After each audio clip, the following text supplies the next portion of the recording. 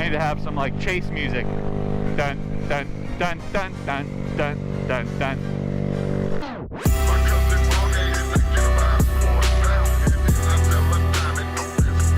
So she had such a good run downhill that we're gonna see what we can do. I'm gonna chase her uphill. For some reason, she goes way faster when she's in front. It's actually like it's a weird phenomenon. So we're gonna see what this looks like from behind. So we can watch and we can check out lines, speed, body position, the whole 9 yards. And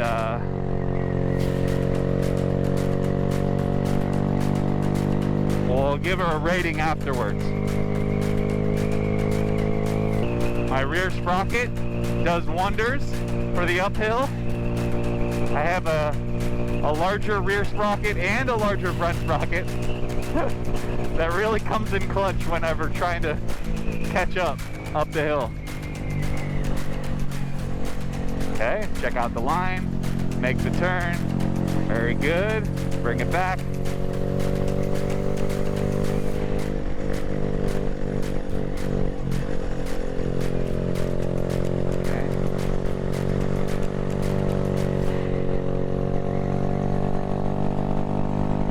To have some like chase music. Dun dun dun dun dun dun dun dun.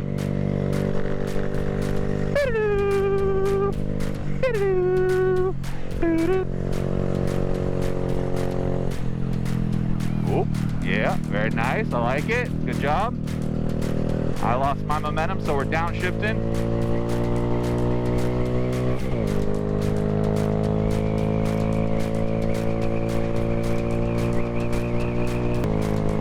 The uphill's a lot harder to come too hot into a turn because you can just immediately let go of the throttle and then all of a sudden your bike's slowing down.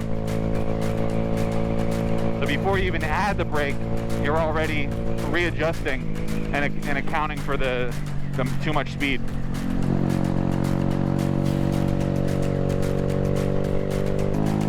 I have a better line on that one right there. It was a little inside. And see, now I translate that power out of that curve and I'm already right on the rear tire. So that was just based on that better line out of that last curve. I'm like able to slingshot right out around. So same with this one, maybe? Nope, she had a pretty good line out of that one. I actually lost a little momentum.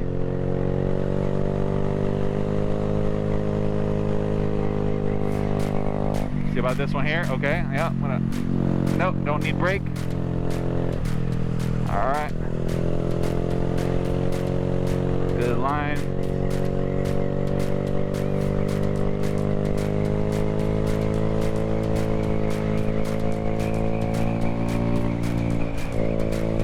A little bit quicker through that section. All right, setting up for this one. Roll on through.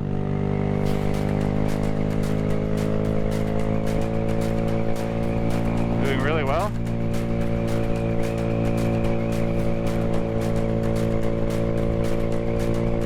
Sit up here. We can maybe catch right here. Yep, I had a little bit better, a little bit faster of a line there because now I'm momentum into this one. But still pretty good though. Suboptimal for her, but still pretty good. Not terrible. So now we're right on. Yeah, transition through.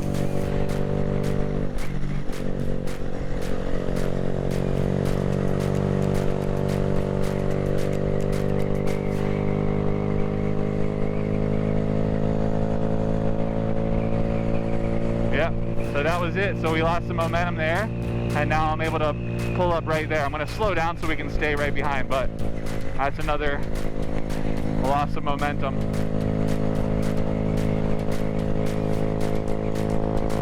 Another nice little lookout over there.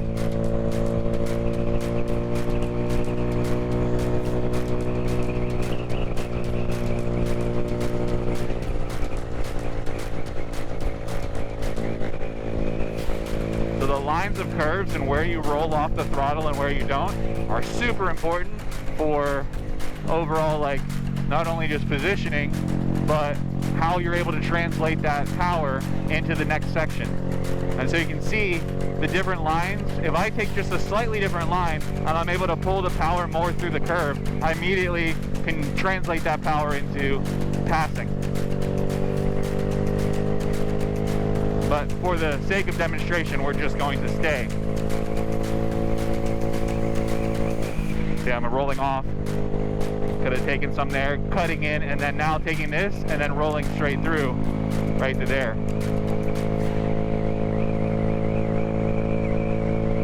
It's really good though.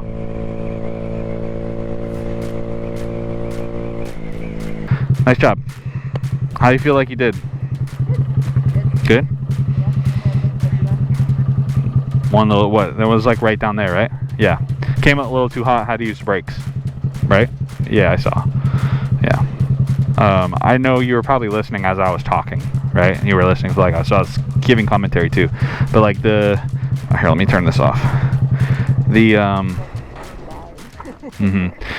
Yeah, it's really easy from a rear perspective to see the immediate effects of like the wrong line. Yeah, because like if I see you take a line and I take a different line and my line is better, I immediately close the distance between where I'm sitting, because it's like you lose your momentum because of that suboptimal line, which obviously that translates to track racing, of course. But here, you know, it's very, very easy to see the immediate difference, which is cool. I think that's pretty cool. But anyways, you did a great job. I didn't feel like I was like all over you the whole time. I mean, there was definitely times when I could have passed because of those lines, but I don't feel like it was like you were dogging up the hill. It was good. Anyways, thanks for watching. Hopefully this was helpful, and we'll see you next time.